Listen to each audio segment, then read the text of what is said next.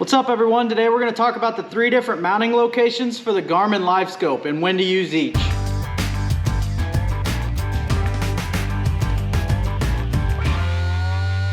So the Garmin Livescope, you can mount on the barrel of the trolling motor, you can mount on the shaft, or you can mount with the perspective mount, which would be also on the shaft. And actually at the end we'll go over to Dad's boat and I'll show you another different mounting option that you could do. An important thing to consider when you're mounting your Livescope is which way your trolling motor is stowed.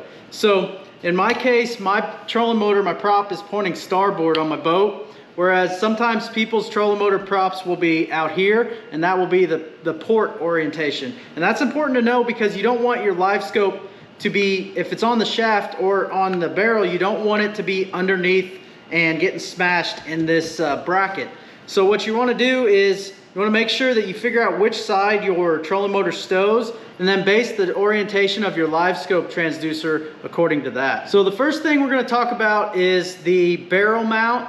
And the barrel mount is a mount that mounts on the barrel of the actual trolling motor itself. And to mount this, it comes with a hose clamp and this mount that has the slits through it for the hose clamp. So you'll see I have one here. It is, it's got a curve that kind of matches the edge of this trolling motor. And then it also will have a groove here. And that's for this hose clamp to slide right through. And you'll wrap it around the trolling motor. And then you'll need a flathead screwdriver to tighten that up, or you can use a cordless drill or whatever, but you just want to be careful not to cinch that too tight. But basically you'll just mount that with that hose clamp, and then you'll take your transducer, and there's 3 grooves here that have the different orientations. This top one will be the down orientation. So if I have my Livescope right here, and it's in the down orientation, if I turn it 1 click to this other line and line these lines up, that will be my forward orientation. It'll be on that first click. I'll take my bolt, thread it down there, make sure I got it lined up, tighten it on, and then when you run your cords, you want to make sure that you don't use zip ties and you just use electrical tape.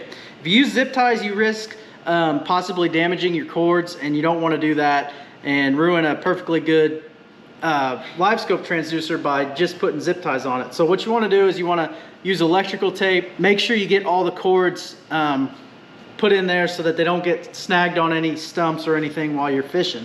The next one I'm going to talk about is this shaft mount. And this is not the perspective mount, but it's just the regular shaft mount. You'll notice it has an 8-degree angle on it. And what that does is it allows this transducer, when it's sitting on here, to have a little bit of clearance around this trolling motor. So you don't want it to bounce off this trolling motor and really affect your image. So that 8 degrees will allow it to clear that trolling motor and not affect your picture. This is already installed, but I'll take it off and show you guys how I do this. You'll need a 5mm Allen head, and I think this might actually be supplied with the Livescope transducer. It probably is. I just used one I had in my toolbox, but it's a 5mm Allen head, and there's 4 bolts, and there's a back side to it, and then there is a front side to it. And the front side, like I said, has that 8-degree mount to it, and it has the same 3 little lines to line up your transducer. It also comes with this small rubber like mat, basically it's like a spacer kind of. It'll take up space around that shaft of the trolling motor to make sure that your mount doesn't actually move. And I believe if your trolling motor shaft is 1 inch or thicker, you do not need to actually install this, and with the Garmin Force you don't need to install this on there. So I'm going to leave that off, but your trolling motor may need that, it may not. Just check the instructions, and I think it's 1 inch or bigger. So not going to need that, but basically what you have is you have 4 of these bolts. You have this front portion. You have this front portion that has the 8-degree angle and the 3 notches for lining your Livescope up, and then you have the back portion. And you want to make sure that you line up the up portion of this, which will make sure that that angle is in the right location. So what I'm going to do is I'm going to just put this on here, and one by one I'm going to put these bolts in. I don't tighten them all at the same time, or I don't tighten one all the way. What I'll do is I'll just tighten each one a little bit here and there, and you don't really want to cinch these down real tight because you can break this plastic. So just kind of get them all in there to hold it into place, and then I'll slowly kind of opposite corners to get this as tight as I want it. But like I said, you don't want to make it too tight to where it breaks that actual bracket itself. So I got all 4 of these lined up. What I'll do now is I'll just tighten these a little bit at a time. Like I said, I don't want to tighten them too tight. So I got all 4 bolts tightened up. So you see how this angle points away from the trolling motor, so the Livescope will actually go around the trolling motor and you won't have that messing up your image. But another thing that I'll do is, I don't know if you can see it, but this little notch here is the center of my trolling motor shaft. And so I'll check and make sure that my Livescope is directly in the center.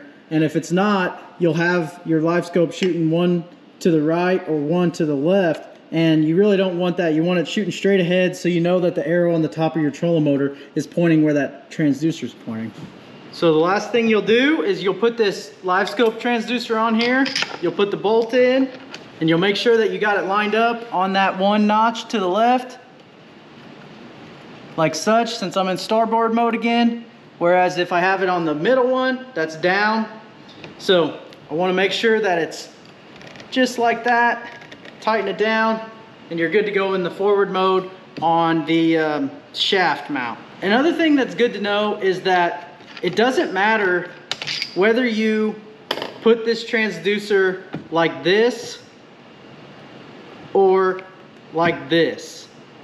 These Livescope transducers have a compass in them, and you can calibrate them, and they kind of know which direction the transducer is pointing. The only thing is you want to make sure that you have it pointing out in front of the boat rather than behind the boat. But other than that, like as far as which side to mount it on, you're good either way. You can mount it however works best for your wires. So the last way to mount this is with a perspective mode mount. And the way that works is it's got this little L bracket that will go on a shaft mount that looks very similar to the one that we just did, but the angle will be the opposite direction. And what that does is it allows the perspective mount to have that right angle whenever it's standing horizontal in the water. It has to be at a little bit of an angle in order to get the best picture.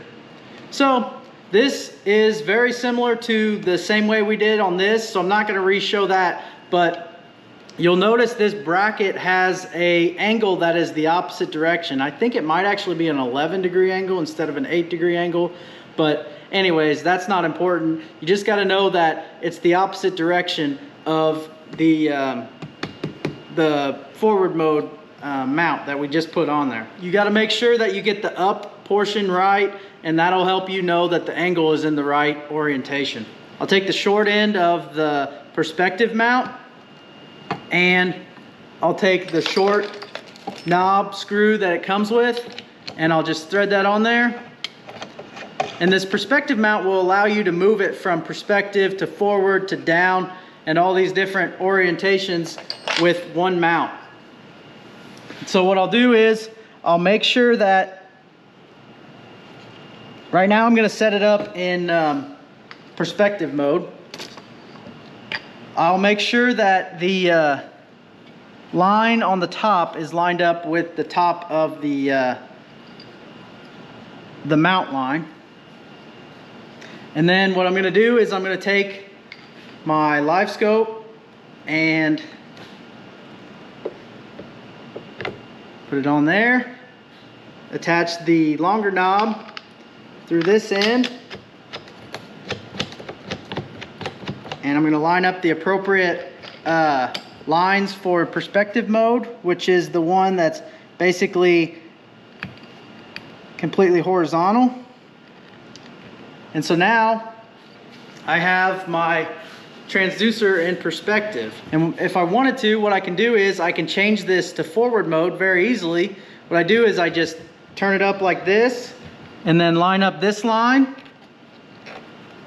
tighten that down, and then I'll change this, line up that line, and now I'm in forward mode. If I want to go to down mode, I just loosen this, go there, down mode. So the perspective mount allows you to put it in 3 different orientations with one mount, which is really nice to change it out real quick if that's what you're doing. The only thing is it kind of sticks out off the trolling motor a little bit more, so it's a little bit more vulnerable than, like, say this mount would be, whereas it's more tight, compact, and it stays right there on the trolling motor. If you hit stumps and stuff, I feel like it's not going to break as much as if it's hanging out over here. So those are the 3 different mounts. Like I said earlier, I'm going to take you over to Dad's boat and we'll show you another way to mount it. This tends to be a good way for, like, if you're crappie fishing or something where you want to use your spot lock and you also want to use Livescope at the same time. I know some people use turrets on, like, these bass boats, but my dad has his on a pole, and he can control it with his hand while he's spot locked or whatever in the wind, and he uses that more for crappie fishing. So let's go over there and we'll take a look at that. So we're over here on Dad's boat. This is the setup that he has. He actually has his Livescope transducer ran to this pole, and the wire runs down the pole. And I've seen a lot of homemade ones of these that you could just make your own. But basically it's just a pole that has a mount on the bottom, and his is actually just a ram mount that he can adjust different ways. But he's got his Livescope transducer attached to there, and then he has this bracket here on the side of his boat. And so what he does when he gets to a spot, he'll just set it in there, put that down right there so that he doesn't lose it, and can just move this around, and he can spot lock his boat, move the Livescope around. Doesn't matter where his spot lock's at, where the trolling motor is pointing, anything like that. He could see trees, he could see stumps, he could see whatever he wants to be able to target those crappie while he's fishing, and doesn't have to have the trolling motor pointed directly there. So if that's something that you tend to do while you're fishing, is spot lock, and you don't need to have your hands free as much, like with bass fishing, I like to have it on the trolling motor just because I can control everything with my foot, have my hands free. But with the crappie fishing, what he'll do is he'll line it up and be able to fish for him once he gets it on that specific spot. And he's not moving as much, so it works a little bit better for him, whereas I'm constantly moving bass fishing, and I want to keep that Livescope transducer on the trolling motor. But this is another setup you could do if that's kind of what you're looking for. It just gives you another idea of a different way to mount your transducer. But I know a lot of crappie fishermen have gotten these poles on their boats, and a lot of the bass fishermen tend to stick with the trolling motors. Hopefully these tips helped you guys out. If you're trying to learn more about Livescope, or if you just got one you're trying to install, hopefully this helped you out. Be sure to check the channel out for more electronics videos, and there's also some fishing videos in there, the different places I've been. So be sure to check the channel out, subscribe while you're there, and hopefully we'll see you guys next time.